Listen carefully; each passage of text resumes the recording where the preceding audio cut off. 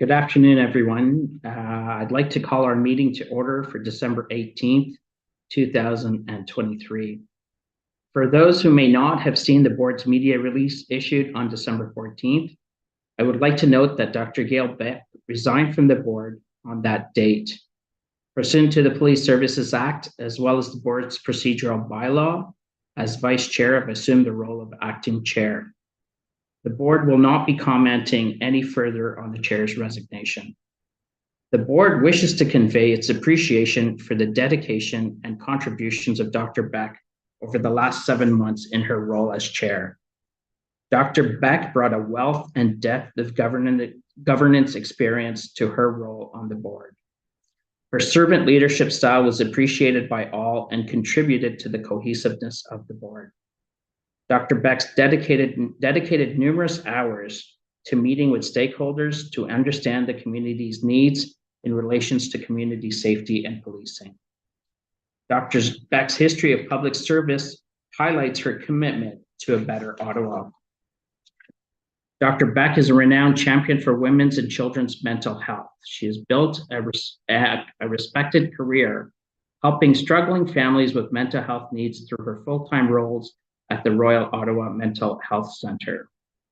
The board wishes to thank Dr. Beck for her public service through the Ottawa Police Services Board. Before proceeding to the agenda, I want to recognize that Ottawa is located on unceded territory of the Algonquian Anishinaabe Host Nation. The people of the Algonquian Anishinaabe Nation have lived on this territory for millennia. Their culture and presence have nurtured and continue to nurture this land. The Ottawa Police Services Board honors the people and land of the Algonquian Anishinaabe Nation. Today, Ottawa is home to approximately 40,000 First Nations, Inuit, and Métis people. Ottawa's Indigenous community is diverse, representing many nations, languages, and customs. The Ottawa Police Services Board honors all First Nations, Inuit, and Métis people and their valuable past and present contributions to this land. We are currently broadcasting on Zoom and live streaming on YouTube. Given this meeting is being held electronically, I want to caution that there is a possibility of technical difficulties.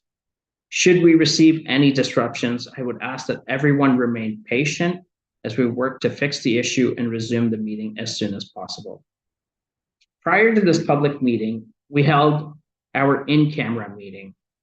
The board received and discussed the following items: 3 labor relations matters, 2 legal matters, a personal matter, a report from the board's complaint committee, and a complaint matter. The board also received a briefing on major events and demonstrations as well as the Executive Succession Management Program. I will now proceed with the confirmation of the agenda. Confirmation of the agenda. Before confirming the agenda, are there any comments? If not, then I will say that the Ottawa Police Services Board confirmed the agenda of 18th December 2023 meeting. Is the agenda confirmed? Confirmed. Thank you. Confirmation of minutes. This is 3.1, minutes 94 of 27th November 2023. On page 17, there is item 8.4 and a line of rough notes that should be deleted. Are there any other comments? If not, that the Ottawa Police Services Board confirm minutes 94 of the 27th November 2023 meeting. Are the minutes confirmed? Confirmed. Thank you. We'll move now to item 4, committee meetings, reports from committee chairs, and minutes. The policy and governance meeting draft minutes number 15 of 5th December 2023. If I can ask the chair of the policy and governance committee to provide a brief update. Thank you, Chair. Here are some notes for your update on the public meeting. The Policy and Governance Committee met on December 5th and discussed 5 items. We went over the status of the board's 2023 work plan and also discussed the draft work plan for 2024. This will be reported back to the board at the January meeting through the board's annual training and performance report. The 2024 work plan will be before the board in January for approval. We also discussed some amendments to a new board policy regarding communication sharing between board members, and this policy is before the board this evening for approval. Finally, the committee reviewed the board's false alarm reduction bylaw and concluded it was up to date and no further changes are required. And we provided input on an enhanced orientation program the executive director is developing to be used in onboarding new members. And that's my summary of the meeting from December 5th. Are there any questions? Great. Thank you very much, Chair. Thank you, Member Doucette. If no further questions, then we move that the Ottawa Police Services Board receive this item for information. Is this item received? Received. Thank you. Declarations of interest. Are there any declarations of interest?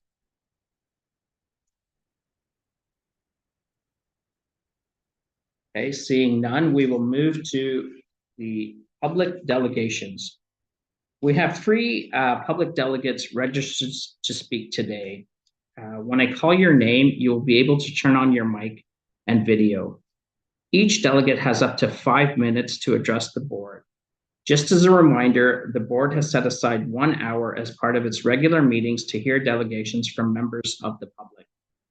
Advanced registration is required by noon on the Friday prior to the meeting date. A written copy of the comments that will be presented must be included at the time of registration. Delegations may speak to agenda items or other subject matters that are within the jurisdiction of the board. I will now proceed with the first registered public delegate, Bailey Gauthier.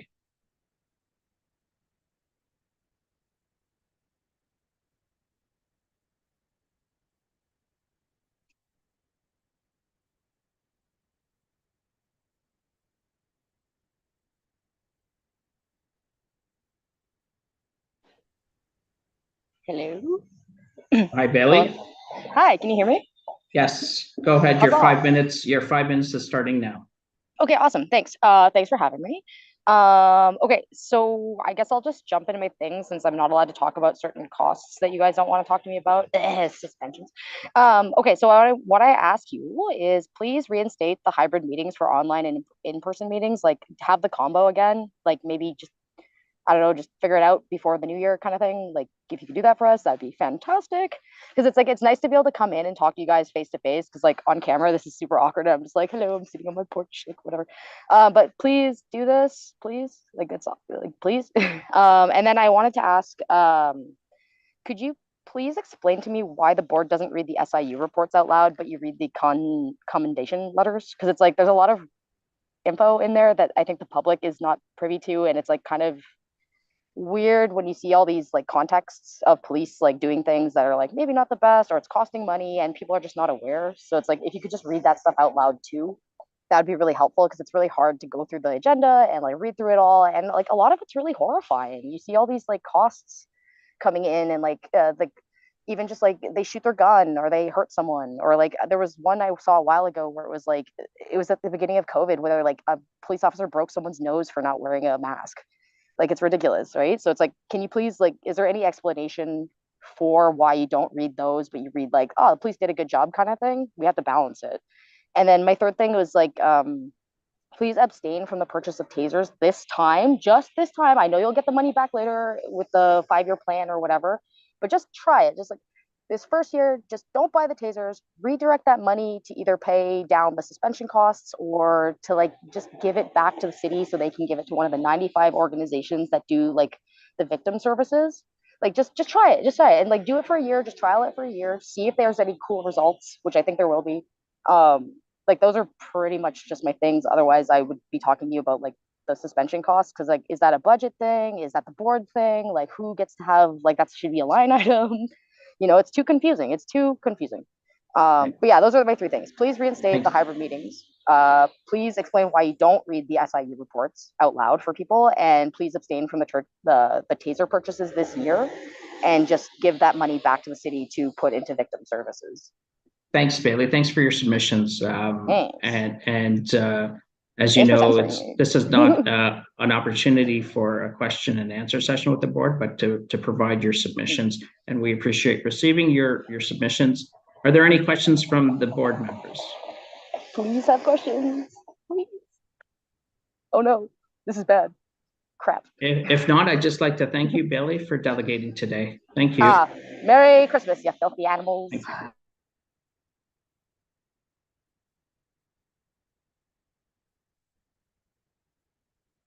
If we can have our second delegate, Liz Vencel, please.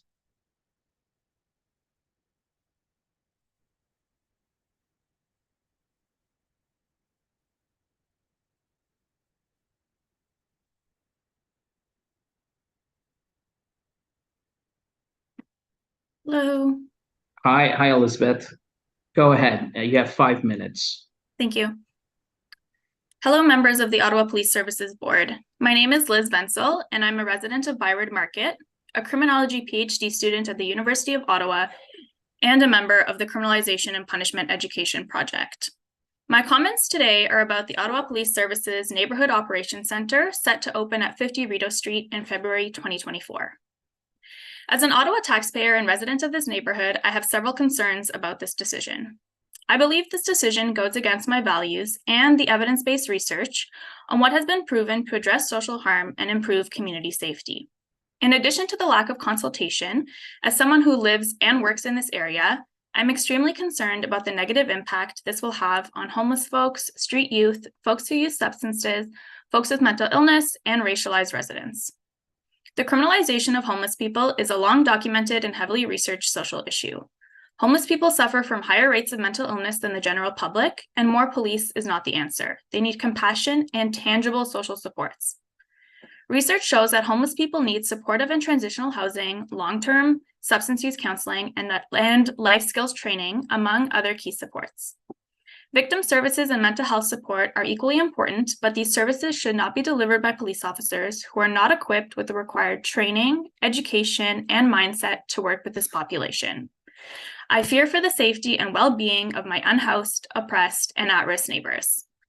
My other major concern with this center is that there has been no solid plan released on how exactly this will contribute to community safety in the Byward Market and downtown Ottawa area.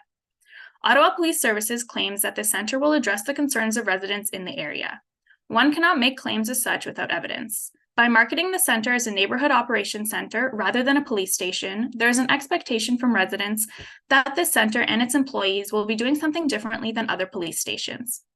Current research shows that hyper-policing at-risk neighborhoods does more harm than good. With such a large budget dedicated to this center, I am requesting that the Ottawa Police Services Board release a budget breakdown as well as a detailed plan with evidence-based research on how they believe their center will contribute to community safety.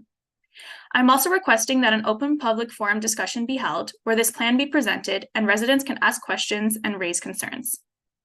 Building a new law enforcement headquarters in a neighborhood requires ongoing consultation and trust between law enforcement and residents. At the moment, both of these requirements are lacking. If the Ottawa Police Services Board cannot demonstrate their commitment to social change and prove that this center will create positive change and keep communities safe, I believe it does not belong in my neighborhood. Thank you for listening and considering these proposals. Thank you, Liz. Appreciate your delegation this afternoon. Members of the board, are there any questions for Liz?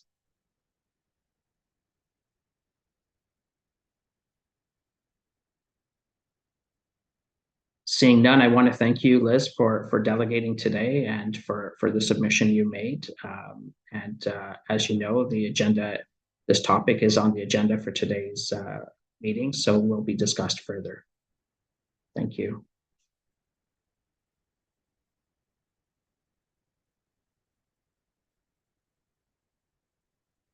And our third delegate is Mr. Robin Brown.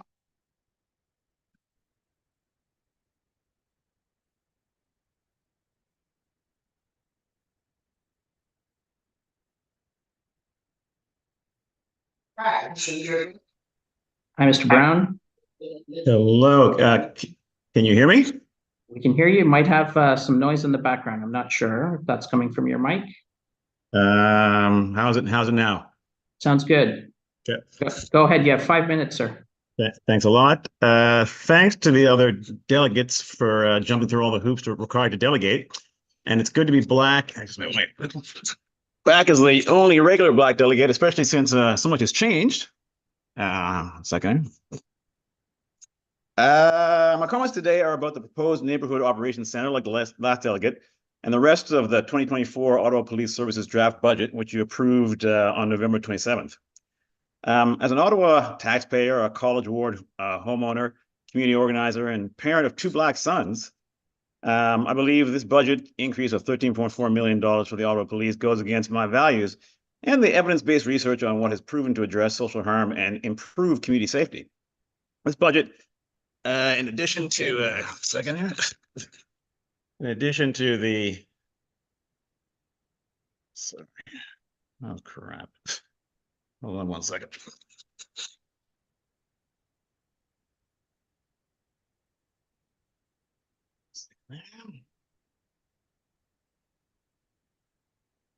Lost my place. Oh, sorry. Okay, this budget, in addition to the recently approved mental health crisis response pilot project, will lead to an increase in policing in Ottawa's most marginalized neighborhoods with devastating and fatal impacts on oppressed groups such as Blacks and Indigenous people. I therefore recommend you do the following to show your commitment to social change and working towards dismantling systems of policing by reallocating funds to communities to create an inclusive, equitable, and safe Ottawa. Reduce the police budget by reallocating 30% of these funds to prevention and intervention initiatives that are evidence-based, informed, cost-effective, and sustainable. Dismiss police who are involved in creating harm and committing misconduct and stop paid suspensions. Dismantle the conducted energy weapon program and work towards other disarmament of police by seeking out international best practices on de-escalation and demilitarization. And completely remove police from being involved in social support and crisis services, including any involvement in the proposed mental health crisis response pilot project proposed by the Guiding Council on Mental Health and Addictions. The current level of police involvement proposed in the mental health crisis response pilot project will lead to more incidents like the one last June, where the Ottawa Police received 911 calls about a man with a knife in the Byward Market and responded by shooting and killing the man. What wasn't reported was that the police got the first 911 calls at 2:11 p.m. and shot and killed the man 3 minutes later at 2:14 p.m. I guess those officers skipped de-escalation training? Oh, sorry. That sounded like a question. My bad. People like Abdirahman Abdi, Indigenous brother Greg Ritchie, and the man the OPS killed in June will end up just as dead under the system currently being proposed by the Guiding Council. Yet you continue to give the police big raises despite data from the Tracking Injustice showing there have been 12 police-involved deaths in Ottawa since 2000. Meanwhile, the crimes of the powerful and those in positions of authority are really investigated and prosecuted despite governments, corporations, the military, and police themselves causing more wide-scale harm and death than those commonly associated with the crime problem. For example, the OPS's own data showed they continue to use force disproportionately on Black, Indigenous, and Middle Eastern residents, and the OPS hasn't presented a plan to stop doing that, mainly because you haven't asked them for one. At the board's October meeting, the OPS did table its 2023 second quarter performance report. It showed the OPS spends 9% of its time on priority 1 and 2 calls that involve imminent danger to life or risk of serious bodily harm.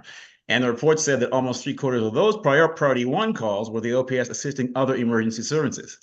But despite most OPS officers spending 91% of their time doing non-urgent tasks like directing traffic, you approved another multi-million-dollar increase to the over $400 million police budget. You did this despite the fact that the Ottawa Police's current focus on street crime is a way to manufacture crime against the most marginalized groups based on race, class, gender, sexual orientation, and ability. You did this instead of using your power to help free up money for things that are much cheaper and proven to keep us all safer, like permanent supportive housing spaces, community gardens, harm reduction spaces, and peer support workers. As I always say, it's time to start reimagining community safety by shifting our money away from policing to things that actually keep us all safer. Thank you for your time. Thank you, Mr. Brown, for your delegation today. Members, any questions for Mr. Brown?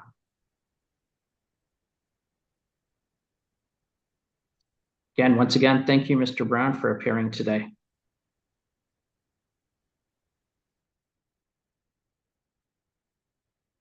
So this concludes our public delegations. I would note that a late submission was received after the deadline had passed regarding item 8.4 on the agenda, the Neighborhood Operations Center. It was circulated to the board for information, and the delegate was offered the opportunity to request to delegate at the board's next meeting. Move to agenda item number 7 now, inquiries. Are there any inquiries?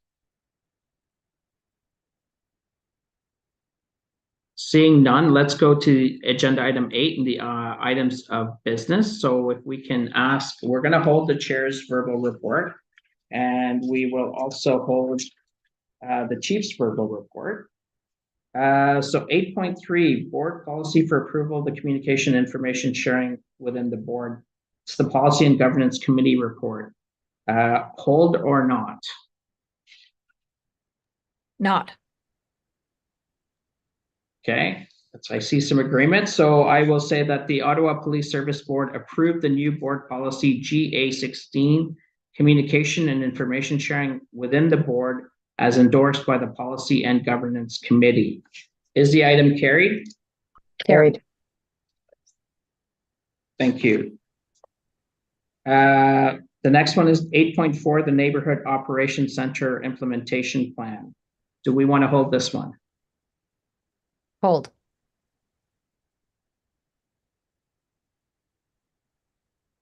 The board discretionary 8.5, the board discretionary fund 2023 annual report. Hold or not?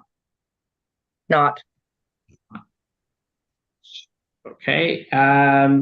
So then I will say that the Ottawa Police Service Board received this report for information. Is the report received? Received. Thank you. 8.6, outstanding board inquiries and motions, December 2023, the executive director's report. Hold or not? Not. Okay. So I will, that the Ottawa Police Services Board received this report for information. Is the item received? Received.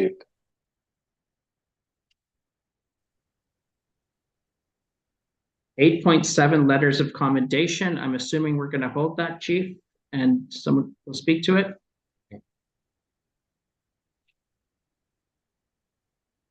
Okay, so let's go back to the chair's report. So we're back to 8.1, and I will give the chair's report today. Given this is the board's last meeting for the year, I would like to take a moment to provide a bit of an overview of 2023, as well as speak briefly on what's to come in 2024. Both the board and the service accomplished a lot this year. Namely, we developed an action plan in response to the Auditor General's audit of the convoy protest and have been actively working on addressing all the recommendations from that report. The board hired 2 new permanent deputy chiefs, Trish Ferguson and Paul Burnett. We approved a new staffing strategy for the board's office to ensure that the board has sufficient resources to support its work. The service developed and the board approved 2 separate annual budgets for the years 2023 and 2024. And then we broke ground on a new south facility off Prince of Wales Drive. The board also developed a new strategic plan in consultation with the service, which included one of the most comprehensive consultation and data collection strategies to date. While as a board and a service, we have a lot to be proud of, we also recognize that we still have much work to do. Back in April, the board approved the 2023-2025 Drive 2 strategy, a roadmap for transformative change toward a more diverse, respectful, inclusive, values-based, equitable, and engaging police service. That strategy has nearly 30 important actions to deliver on between now and 2025. We know, based on data presented, that racialized community members experience disproportionate use of force by police. We continue to experience regular protests and demonstrations in our city. particularly in relation to the ongoing conflict in the Middle East. The city has experienced tragic acts of violence that the service continues to investigate. We are expecting the new Police Services Act to come into force in April of next year. And finally, now that we've identified our vision, strategic priority areas, and goals, we need to come up with tangible actions we will take to achieve those commitments, including measurements that we can use to track progress. I know our board and service are up to the task, and I'm confident we can continue to make meaningful progress on policing in this city. I want to thank the board staff, executive command, and service staff, and all of our community stakeholders for the ongoing work you do to help keep our community safe and improve policing in Ottawa. Thank you. That is the chair's report. Any questions or comments? If not, I will say that the Ottawa Police Service Board received this report for information. Is this item received? Received. Received. Thank you. We will now move to the chief's verbal report. Chief, over to you. Thank you, Chair. Good afternoon, members of the board, and thank you very much. The holiday season is near us, so I want to start my verbal report on a positive note. This past Friday, one of our service's favorite events of the year took place, the Cop Shop. This great initiative is led by our members in the Carlingwood Shopping Centre. It aims to make the holidays brighter for children who might not otherwise receive gifts. On this special day, 25 kids were paired with police officers, embarking on a memorable shopping spree armed with a $200 gift card. The children were picked up in police cruisers and enjoyed pizza before choosing and buying their presents. I saw some of the pictures of the event. Both our members and the kids had smiles on their face. Speaking of having a positive impact on our community, our service, along with our partners at Shoppers Drug Mart and Citron Hygiene, once again collected personal hygiene products for women. Some women in the community can't afford these products, especially with the increased cost this year. The Purse Project started in 2016 and has donated over 8,000 purses filled with necessities to women in local shelters. All collected items were delivered to shelters such as Youville Centre, St. Joe's Women's Centre, Emily Murphy Nonprofit Housing Corporation, and La Maison d'Amitié. As the holidays start, we have again partnered with MAD Canada to conduct our ride stops throughout the city. The persistent problem of impaired driving remains a concern in our community. Just last week, from Thursday night to Monday morning, there were 27 drivers charged with impaired driving related offenses.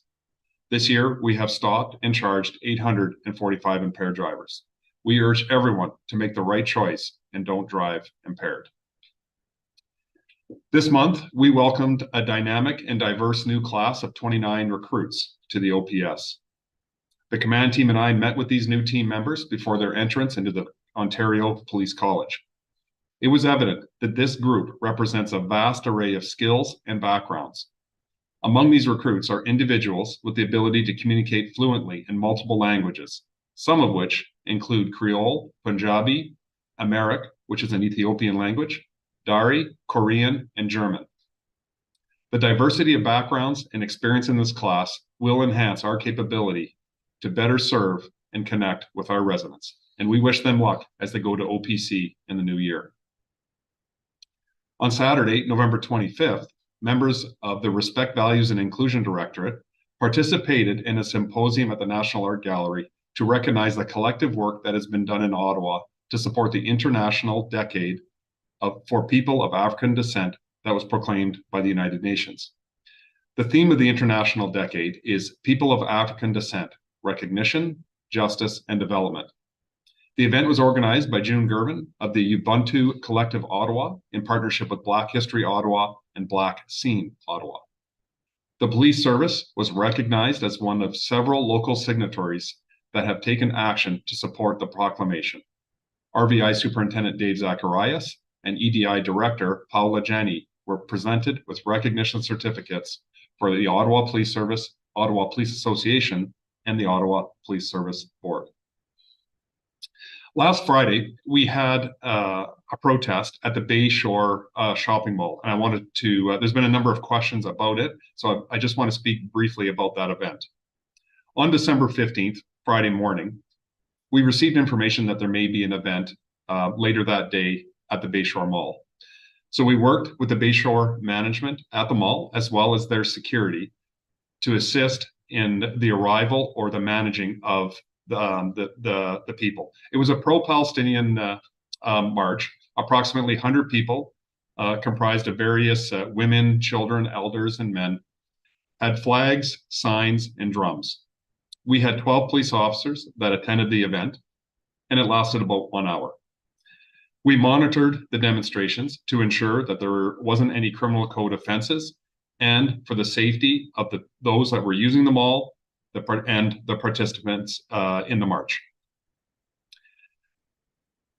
While no criminal code offenses occurred, this was private property, and there were some questions about a permit from the city.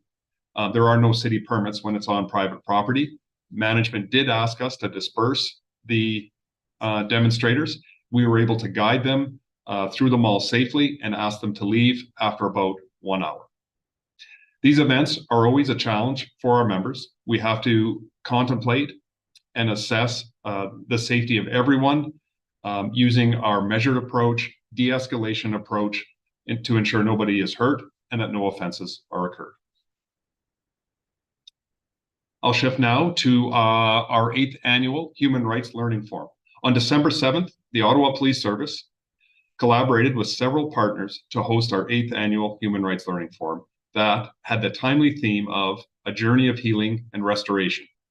A diverse group of people from the community joined us in networking that featured Ottawa's Guiding Council for Mental Health and Addictions, the Canadian Institute for Conflict Resolution, and Forgiving for Restoring Canada. And Dr. Hicks, who provided the presentation from her international peace building work that focuses on dignity as a basic birthright. During these challenging times, we learned the importance of building peace within, between, and among in order to build a safer and stronger community together. We have seen a significant rise in shoplifting. Retail crime and violence associated with it are becoming a bigger issue for businesses in Ottawa. The year-to-date results have risen by 50%, resulting in over 10,000 offenses. Our service is working with businesses to harden their properties through cameras, security guards, and store design. In a special effort, local retailers, the Ottawa Police and Crown representatives launched Project Scrooge this month to proactively target high occurrence locations and profile offenders who are shoplifting every day.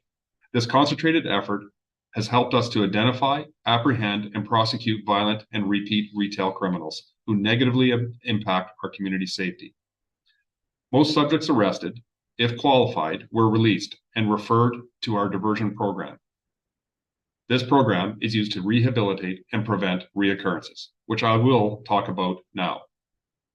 In November, the service formalized the creation. So we had a pilot, we formalized the creation of a centralized adult pre-charge diversion unit. The priorities of the unit are to foster strong social agency partnerships and provide processes for people who commit a minor offense to be diverted away from the criminal justice system so they may benefit from an alternative to traditional police intervention. As part of this response, the OPS plays a significant role.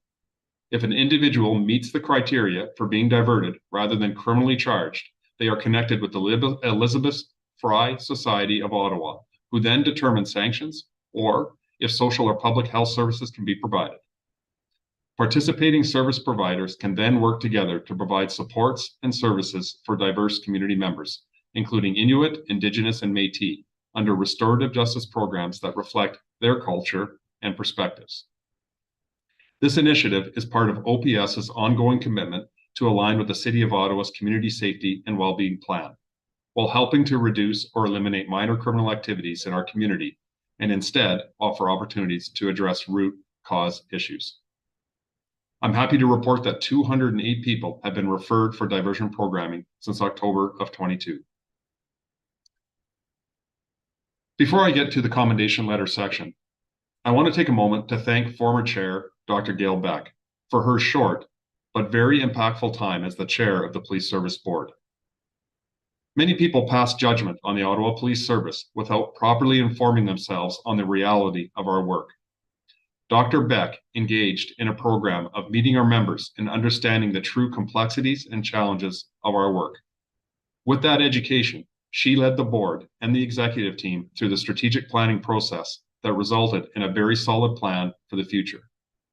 It is a legacy that she will leave with us to ensure the OPS delivers for our communities. Thank you, Dr. Beck, for your commitment to the OPS and the City of Ottawa. I have one commendation letter I want to read to the board. And so this is from our complainant and victim, and she writes to me. I have recently had the pleasure of interacting with Detective Chris Iveri, and I wanted to share my experience with you. I am very active on social media and share thoughts on a myriad of issues. During this time, I amassed a decent-sized following on X. However, with that following comes a lot of negative activity as well. In October of this year, I was made aware of disturbing and threatening comments on my social media. I immediately reported these comments, as I feared for my family's safety. The first time I spoke with Detective Iveri, he was empathetic, kind, and above all, did not victim blame. He took my report seriously and spoke with me at length about moving the investigation forward. Since that initial conversation, Detective Iveri has checked in on me several times and keeps me up to date on the investigation. It is no secret that I have been publicly critical of the Ottawa Police Service in recent years. I feel very strongly about the responsibility that police officers have within our society and the need to ensure that they are above reproach. It is fair to say that as a result of the events over the past few years, I had lost faith and trust in the Ottawa Police Service. Detective Iveri changed that. His engagement with me and his dedicated and tireless investigation of threats against my family have given me confidence that there are amazing officers working within the Ottawa Police Service. Detective Iveri has single-handedly helped me to begin restoring my confidence in the Ottawa Police Service. It's a great story. Finalement, joyeuse fête à chacune d'entre vous. J'ai apprécié le soutien et le leadership que vous avez offert comme membres de la Commission. J'espère que vous aurez l'occasion de profiter du temps passé en famille avec vos proches. Je tiens aussi à remercier tous les membres de notre service d'urgence partenaire qui vont travailler tout au long des fêtes à garder notre communauté en sûreté. On behalf of the Ottawa Police Service, I wish everyone and all of you and your family a happy holiday. Thank you, Mr. Chair. Thank you, Chief Stubbs. Do we have any questions for the chief, board members?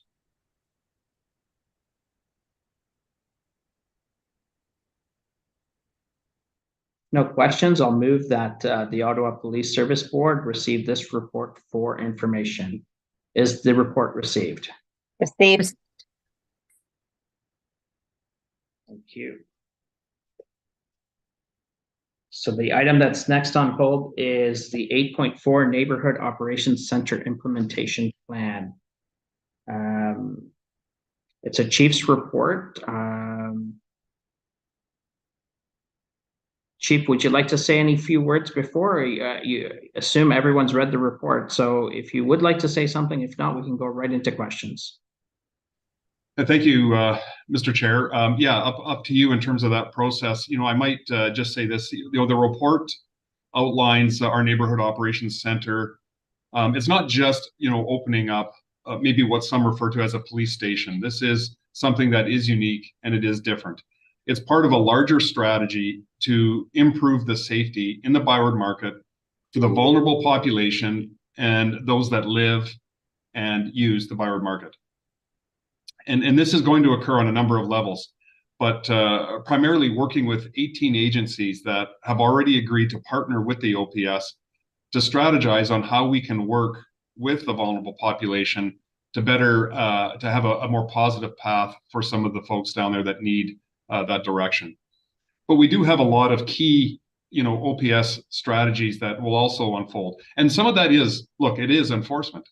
It is our presence. It is making sure people are safe in the market. Like our Market Safe initiative, which focuses on members having presence on the weekends in the bar district. That's to quell violence, to ensure we don't have any shootings. And throughout the summer, we had that steady presence. And after we started that program, we know that our presence contributed to the safety in the market after that. About 6 weeks ago, we had an enforcement campaign where we targeted some people that were creating a lot of victims in the market.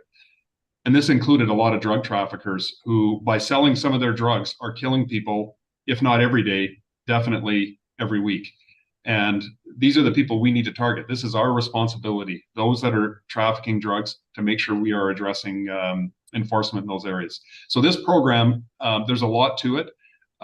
It's in the report. It is going to roll out, and we're very excited to have a location for our members, as well as a location for us to meet, to create a hub for our community partners, so we can have a better communication and better strategy for the market. So I know Deputy Burnett is ready to answer some questions as well too. You mentioned, Chair, if we go directly to questions, or really leave it to you. we can go directly to questions. Member Curry. Thank you. I have a couple of questions, a couple of comments. Thank you for this report. I think this is a very important report. I'm sure there are a lot of people that were thrilled to see this report finally, that we have a very clear plan from what I can see. My first question is very basic. The core, does it have very specific boundaries? I know that there's not a terms of reference document fully written and approved yet for the community advisory group, advisory council, but is there very specific boundaries, or are they less hard and fast? Thank you, Member Curry. I'm going to turn over, I did lots of talking there. I'm going to turn it over to Deputy Burnett to answer some of these questions. Paul. Yes, thank you. Great questions, and thank you for the accolades on the report. I think Constable Stam, who's a community police officer, did a great job in sort of conceptualizing this and bringing this together to the product that you have today. Now, I will just ask for some clarification on your meaning of boundaries. Yeah, really just streets, like, when it says downtown core or downtown, it's not very specific, or would it just not be right to even say, well, we will only have this in effect up to a particular road? Yeah, I think they're very flexible in that area in which they will address. They've gone as far up as 300 Rideau to do some enforcement, because they've seen that issues raised in that area. So I think there is some flexibility in how far that boundary will extend. I don't think it's been totally defined just yet. Okay, that's fair. It may actually get smaller and smaller as it goes. That's that is the plan. Yes. Yeah, I was reading that through it. My other question is, I have a few questions, but the benchmarks, the KPIs, I liked all the KPIs. I thought they were admirable. Do you think you have enough benchmarks prior to the ICST being stood up that you can have comparators? It's not that great a length of time, or specifically for each of the KPIs you put in this report? Yeah, and again, I think we're just starting in that data-driven sort of world that we're moving towards, and I think, again, this is a work in progress, and we'll continue to build and expand on it. In terms of the KPIs that we have now, in terms of comparators, I think we have a good start now. Like we'll look at it and start to explore it now, but again, we're looking at 6-8 months down the road. Then we'll be able to see how good this actually is. Okay, yeah, and I think I should have used the word baseline as opposed to a benchmark, but like, you have enough historical data that you're not just going to start this year. You're in the 6 month. You do have enough data to say that whether something is improving or not. Absolutely, yes. Okay.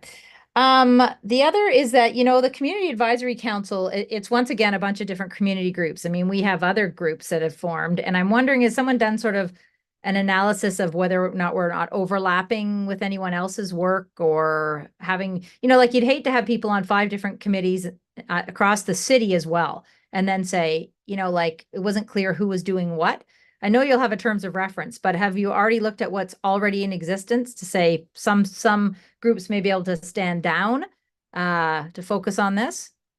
So I think when you look at that community advisory council, that's your top level. You have your ICST, which is sort of the foot soldiers, if you will, that are on the ground, sort of being able to speak to things that are happening right now in neighborhoods, on corners, on streets, and bringing that to the table. I think in terms of your CAC, your community advisory council, they would be able to tell if there are overlaps, because they are some high-level individuals that can say, okay, well, we're doing this. Keep in mind that this is very focused in that space. So this may be, we may take this as a template and use it in Orleans and use it in the West End. So I think we're building something very new here in terms of what's taking place in the market downtown area. And then we'll use that as a template for other sort of areas, districts in the city. Okay, great. I like that. I saw that in the report as well. That is a very smart plan. This is somewhat of a pilot for other areas. The diversion program that where residents were diverted then to Elizabeth Fry and some of their services. Is that also that the chief was talking about earlier? So that would also apply here, always Elizabeth Fry, or there must be other groups as well? Yeah, there are other groups. Now, Elizabeth Fry will be a part of that 18 community agencies that are very engaged in this program. So depending on what's happening, we may be to be able to divert some of the vulnerable population to whatever services they require, whether it's housing, whether it's drug addiction. So having that plethora of community agencies at the table, we really can move people to what they need, what best suits them, if they need housing, if they need cash. All of those things sort of play into effect at that table. So not necessarily one particular community service is at the table, but there's so many different options based on the issues that are happening with individuals in the community. Great. I honestly think this is going to be a game changer. That I think this will help all different groups coordinate much better and make sure people receive help. Heard one of the delegations today that, still believe that, we're just arresting people just to arrest people, and how silly it is to just arrest people, who couldn't pay fines or whatever. It's not going to help them in any way to be arrested. And, then immediately afterwards we hear, yeah, we're not doing that, as, we're really trying hard to make sure we don't do that. So I'm glad that we've had this conversation. I still have just a couple more comments. They're not very long, Mr. Chair. I'll just make a couple of other quick comments. Just glad to see that in the report it says, as the chief said, this is not a police station.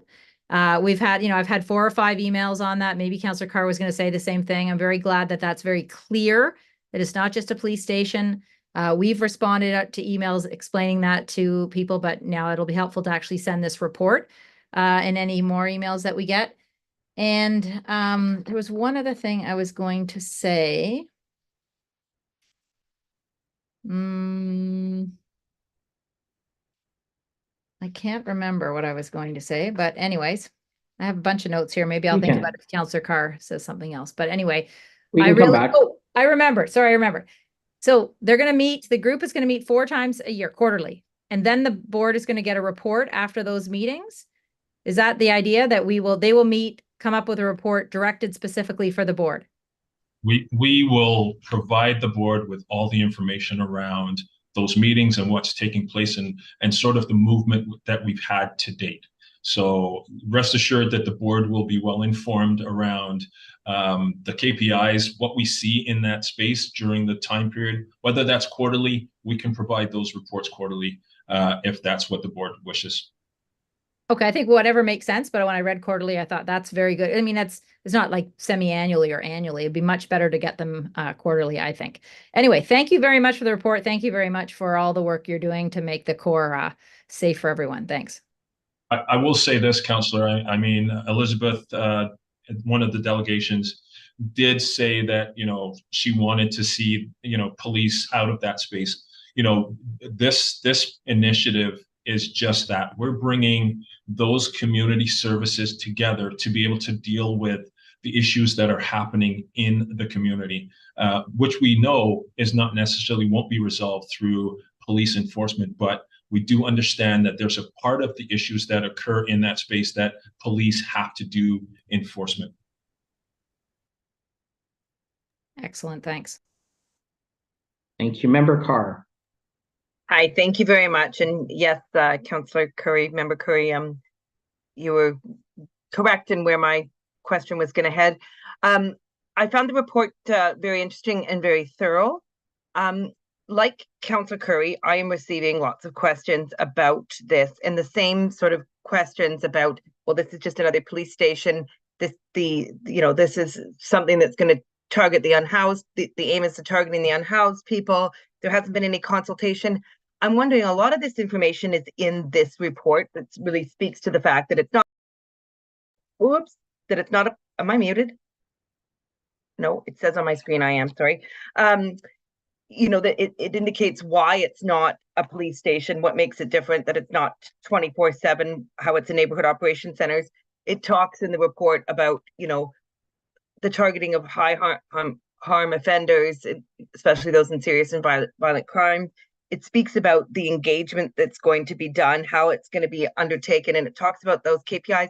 Is there any way, given that this is sort of a pilot initiative, it's a new thing, that there can be sort of a more succinct communication piece, perhaps written, that sort of highlights what exactly this is, whether it's a website presence or anything else? Because I do think, this is good communication, but it's quite a lengthy report. Like, even if there were, some short bullets on what it is, what the consultation looks like, how you're engaging, other than the board report. Is there any thought about undertaking that, given the amount of interest that it is raising in the community? I'll ask the chief to respond, or deputy chief. Oh, Chief, if you had a response to that. Yeah, in terms of an enhanced communication strategy, Member Carr, I'll be honest, it wasn't on the forefront of my mind in terms of right now as we're trying to, build it and launch it. But I think it's a good idea, similar to Member Curry's comments about quarterly reporting. I think feeding back that information of what we're doing and what we're not doing, because if there's a perception of what we're, that I think there's a lot of that as well too. I think as we open, it'll be important to have a communication strategy of some successes that we're having, or maybe some frustrations that we're encountering that is inhibiting us to be successful, so we can have that discussion in the community as well too. Yeah, I just think it would be useful, because we're already seeing, questions about it. Even having something short and succinct that explains why it's there, what makes it different, what those performance objectives are, and how that consultation will unroll and who will be consulted. Because it doesn't have to be expensive. It can be, a couple bullets on a website, updates, that sort of stuff. But I do think it's important, particularly as we're already talking about this perhaps being a model that could be not unrolled, that's not a word in English, in other communities. Duplicated, yeah, okay. Yes, thank you. That's a better word. Thank you, Member Carr. Mayor Sutcliffe. Thank you, Chair. I just wanted to say thank you to the chief and to the team at OPS for this excellent report and the work that's been done so far to get this going. I talk with people and listen to people in the community regularly about what we need to do in the Byward Market, and not just the Byward Market, but the surrounding area, which has been affected by a number of adverse factors and events. This is not the only thing we need to do as a community. There are many other things that are in progress and happening, and other things still to come. But I think this is an important piece of the work that we need to do, and I'm grateful to the chief and to the team at the Ottawa Police Service for moving this forward and getting us to this point. And I look forward to seeing the results from this. So I just wanted to say thank you to everybody. Thank you, Mayor Sutcliffe. Chief Stubbs. Thank you, Mr. Chair. I just wanted to make a comment in regards to one of Member Curry's comments. And it was somewhere along the line, is there going to be, like with us working with these 18 NGOs and agencies, is there some duplication? Should we call some people off and whatnot? based on my interaction with some of, I've seen that list, and you see it there in the report as well too. These are some very influential NGOs.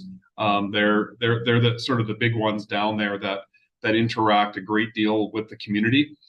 One thing that has frustrated me, not frustrated, that I've observed in my year is just that lack of coordination with all this help. And there is duplication, in fact, and it's common in most cities. This is not unique to Ottawa. I've seen it, I think, in every city I've been in. But I think this is a step that will help untangle that bird's nest of so many people helping. And they're great organizations doing great things, but it's just not as organized as it could be. And I think this is a really good first step to, in our world, to try to have that understanding of what everybody's doing. I wouldn't call anybody off right now because we haven't done anything, but certainly I hope it would be great if we could have more partners and then more of a formalized strategy going forward as we get into a routine, we get comfortable with each other, and we see those successes that we want to report back that we, for argument's sake, in the month of April helped 10 people get on a positive path, and whatever happened to them is a positive thing. That's what we have to get into that routine, and if we do that, then it's a fantastic result. But I'm optimistic, but a lot of work ahead. And Paul mentioned Constable Stam. He's been leading this down there, and I couldn't be more happy with his effort and what has resulted from his efforts. So thank you. Thank you, Chief Stubbs. Any other questions? What I would like to suggest, Chief, is that maybe you come back to the board in April. You mentioned the month of April. It's about 4 months from now, and give the board another update on your activities. If the rest of the board members are in agreement with that, okay, yeah, thumbs up. And I know right now you've highlighted, the report highlights phase 1. And we'd like to probably get more information on your sort of the next phases. And I know there's discussions about whether or when it'll be open to the public or such a facility. So that type of discussion as well, I think, would be helpful to understand what the service is thinking along those lines. So if you agree, then the board should get another update in April. Well, thank you, Mr. Chair. I think April is fine for an update. We'll have opened and we will have launched, I think then getting into that routine and getting into that work, hopefully, for the spring and summer months where we can actively be out there helping people. If we need to target drug traffickers, we've got that routine mapped out. So interesting, just on the public access and whatnot, I had a media scrum before this meeting, and the media asked me about that in terms of the timelines to open it to the public. And we'll be more thoughtful with a potential timeline, say in April. But as it stands right now, we want to make sure that we do this portion or this phase right, because this is where we stand to benefit the most of making sure we're working with the partners that know that business downtown, down in that area. I don't want to rush it, and I don't want to bypass any important steps and processes to rush into the public access. So I think we'll have a better idea in 3 or 4 months. Appreciate that. If there's no other questions, I'll move that the Ottawa Police Services Board receive this report for information. Is the item received? Received. Thank you. So we do have the letters of commendation. Is Deputy Chief Burnett? Burnett, would you like to speak to this item? Absolutely. Okay. I do have I picked out 2 that I'd like to share with the board, if that is good. And this is from a member of the public. It's dated December 3rd. And Constable Dan Patton and Sergeant Edwards Yeomans, Acting Staff Sergeant Walt Lushman, Constable Christian Ryu, and Constable Paul Cahill. The Osgood Village Community Association and our parade volunteers would like to thank the 5 officers who supported the Parade of Lights in the Osgood Village on December 1st. They were coordinated by Dan Patton. Constable Patton was incredibly easy to work with in planning the parade and in setting up the OPS support. He communicated with us several times leading up to the event, so there were no big surprises on the day. All the officers present at the parade were a pleasure to work with. They were pleasant with the volunteers, and parade participants were attentive to what was going on with respect to safety and had some good ideas for next year. We had feedback from several of our volunteers saying this group of officers were incredibly nice, great communicators, and one of the best groups we have worked with in the years. Thank you. The second commendation that I'll read is an excerpt from a letter, and it deals with Constable Geraldine McDade and Constable Robert Griffin. Far too often, the public is quick to dish out complaints and don't compliment others near enough. But today, I would like to recognize the officers who attended an incident at my home, for their presence made me feel safe, and I had absolutely made the right decision.